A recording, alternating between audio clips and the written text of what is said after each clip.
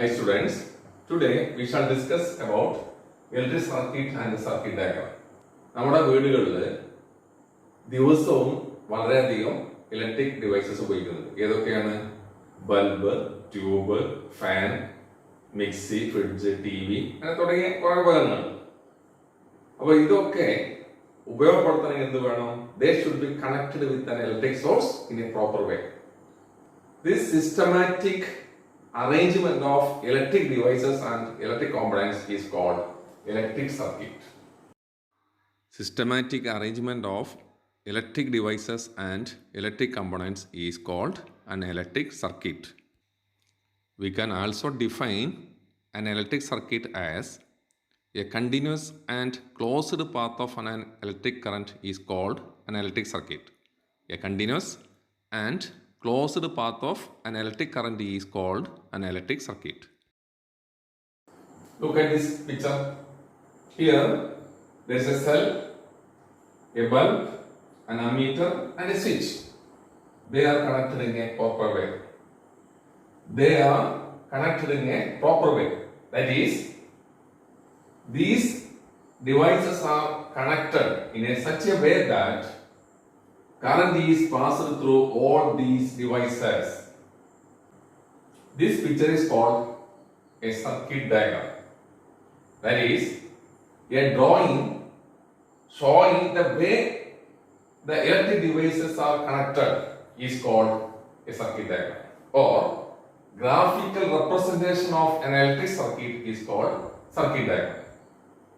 Graphical representation of an electric circuit is called a circuit diagram. A drawing showing the way the electric devices are connected in a circuit is called a circuit diagram. A drawing showing the way the electric devices are connected in a circuit is called a circuit diagram. Or graphical representation of an electric circuit is called a circuit diagram. Graphical representation of an electric circuit is called a circuit diagram. Look at this picture. This is a picture of a simple circuit diagram. Here there is a cell, a bulb and a switch. Look at this picture. Here also there is a cell, a bulb and a switch. What differences do you see in these two pictures? Here switch is open. In this picture switch is closed. In this picture bulb does not glow. In this picture bulb glows. Look again at this picture. Here switch is open. Therefore circuit is not completed. Hence no current flows through the circuit and bulb does not glow. This circuit is called open circuit because no current flows through the circuit. No current flows through this circuit. Here switch is closed. Therefore circuit is completed. Hence current flows through the circuit and bulb glows. This circuit is called closed circuit because current is passed through the circuit. In open circuit, circuit is not completed, therefore no current flows through the circuit. In closed circuit, circuit is completed and the current flows through the circuit. In an electric circuit, various electric devices are used. Bulbs, cells, ammeter, voltmeter, connectivers, etc. are used in an electric circuit. To draw actual sketches of these devices, it is difficult. It is difficult to draw actual pictures of electric components. Therefore, symbols are used instead of electric components. We shall discuss some of the symbols used in electric circuit. Electric cell. Symbol for electric cell is ഇതാണ് electric സെല്ലിന് simple ആയിട്ട് ഉപയോഗിക്കുന്നത്. ഒരു വലിയ വരയും ഒരു ചെറിയ വരയും. ഈ വലിയ വര സെല്ലിന്റെ പോസിറ്റീവ് ടെർമിനലിനെയും ചെറിയ വര സെല്ലിന്റെ നെഗറ്റീവ് ടെർമിനലിനെയാണ് സൂചിപ്പിക്കുന്നത്. അപ്പോ ഒരു ഇലക്ട്രിക് സർക്യൂട്ടിലെ സെല്ല് ഉപയോഗിക്കുമ്പോൾ ആ സെല്ല് ആക്ച്വൽ സ്കെച്ച് വരയ്ക്കുന്നതിന് പകരം ഈ സിമ്പിളാണ് ഉപയോഗിക്കുക. ഇനി എ ബാറ്ററി, അതായത് A combination of cells. Battery എന്ന് പറഞ്ഞു കഴിഞ്ഞാൽ ഒന്നിൽ കൂടുതൽ സെല്ലുകൾ ഒരുമിച്ച് ഒറ്റ സോഴ്സ് ആയിട്ട് ഉപയോഗിക്കുമ്പോൾ അതിന് പറഞ്ഞ പേരാണ് ബാറ്ററി. ഒന്നിൽ കൂടുതൽ സെല്ലുകൾ വേണം. ഒന്നിൽ കൂടുതൽ സെല്ല് അപ്പൊ മിനിമം 2 സെല്ല്. 2 അല്ലെങ്കിൽ 3, 4, 5 സെല്ലുകൾ ഒന്നിച്ച് ഉപയോഗിക്കുമ്പോൾ അതിന് പറഞ്ഞ പേരാണ് ബാറ്ററി എന്ന്. അപ്പൊ അതിന്റെ സിമ്പിൾ എങ്ങനെ ആയിരിക്കും? മിനിമം ബാറ്ററിക്ക് 2 സെല്ല് വേണമല്ലോ. അപ്പൊ ഇങ്ങനത്തെ 2 വേണം. 1, 2. എത്രയും കൂട്ടാം. 3, 4, 5 ആയാലും ബാറ്ററി തന്നെയാണ്. Plus minus. ഇതാണ് ബാറ്ററിന്റെ സിമ്പിൾ. ഇനി അടുത്തത് a plug key or switch open, അതായത് ഓപ്പൺ പ്ലഗ് കീ അല്ലെങ്കിൽ ഓപ്പൺ സ്വിച്ച്. ഇതാണ് ഓപ്പൺ സ്വിച്ച്. ഇതാണ് ഓപ്പൺ കീ.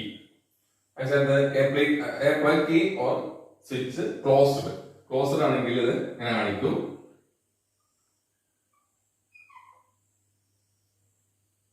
ഇതാണെങ്കിൽ ഇത് കണ്ടു കഴിഞ്ഞാൽ ഇത് ക്ലോസ്ഡ് ആണ്, ഇതാവുമ്പോ ഓപ്പൺ ആണ്.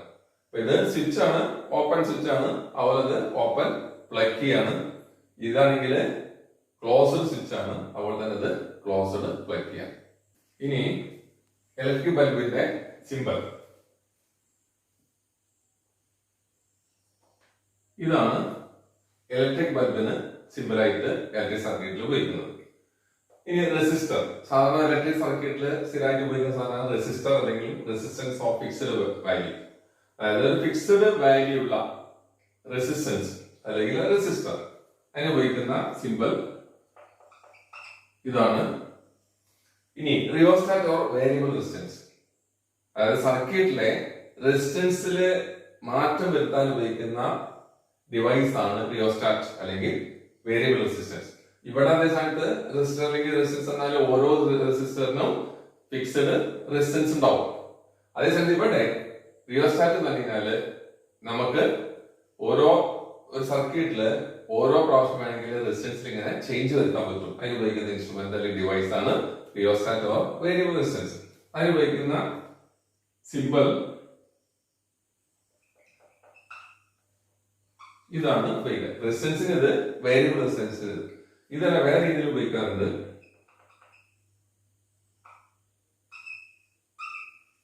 ഇത് ഉപയോഗിക്കാറുണ്ട് റിയോസ്റ്റാറ്റ്. ഇനി അമ്മീറ്ററിന് ഉപയോഗിക്കുന്ന സിമ്പിൾ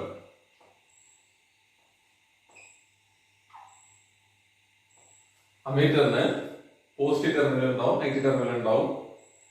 സർക്യൂട്ടിന്റെ പോസിറ്റീവ് ഭാഗത്തോട് ഘടിപ്പിക്കുന്നത് അമ്മീറ്ററിന്റെ പോസിറ്റീവ് ടെർമിനലും, അതുപോലെ സർക്യൂട്ടിന്റെ നെഗറ്റീവ് ഭാഗത്തോട് ഘടിപ്പിക്കുന്നത് അമ്മീറ്റർ നെഗറ്റീവ് ടെർമിനലുമാണ്. അമ്മീറ്റർ എന്തിനാ ഉപയോഗിക്കുക? To measure electric current in the circuit. അതേപോലെ വോൾട്ട്മീറ്ററിന്റെ സിമ്പിൾ. വോൾട്ട്മീറ്ററിന് ഇതേപോലെ പോസിറ്റീവ് ടെർമിനലും നെഗറ്റീവ് ടെർമിനലും ഉണ്ടാവും. സർക്യൂട്ടിന്റെ പോസിറ്റീവ് ഭാഗത്തോട് വോൾട്ട്മീറ്ററിന്റെ പോസിറ്റീവ് ടെർമിനൽ ഘടിപ്പിക്കുന്നു, അതുപോലെ തന്നെ സർക്യൂട്ടിന്റെ നെഗറ്റീവ് ഭാഗത്തോട് വോൾട്ട്മീറ്ററിന്റെ നെഗറ്റീവ് ടെർമിനൽ ഘടിപ്പിക്കുന്നു. വോൾട്ട്മീറ്റർ എന്തിനാണ് ഉപയോഗിക്കുന്നത്? To measure potential difference across the device. Wire joint, ഒരു ഇലക്ട്രിക് സർക്യൂട്ടില് വയേഴ്സ് ജോയിന്റ്സ് ഉണ്ടെങ്കിൽ ഇങ്ങനെ കാണിക്കും. ഈ വയറുകൾ ജോയിന്റ് ഇവിടെ ഉണ്ടെന്ന് കാണിക്കാനാണ് ഉപയോഗിക്കുന്നത്. ഇനി ഒരു ഇലക്ട്രിക് സർക്യൂട്ടില് ഇങ്ങനെ ഒരു വയർ പോകുന്നുണ്ട്, വേറെ വയർ ഇങ്ങനെ വരുന്നുണ്ട്. ഇതിന്റെ ജോയിന്റ് ഇല്ലാതിരിക്കുക, അപ്പോ ഇങ്ങനെയാണ് കാണിക്കുക. അപ്പൊ ഇത് മനസ്സിലാക്കേണ്ടത് ഇതില് ഈ 2 വയർ തമ്മിൽ പരസ്പരം ജോയിൻ ചെയ്യുന്നില്ല എന്നും അതേസമയത്ത് ഈ വയേഴ്സ് തമ്മിൽ ജോയിൻ ചെയ്യുന്നതാണ്. ഓക്കെ.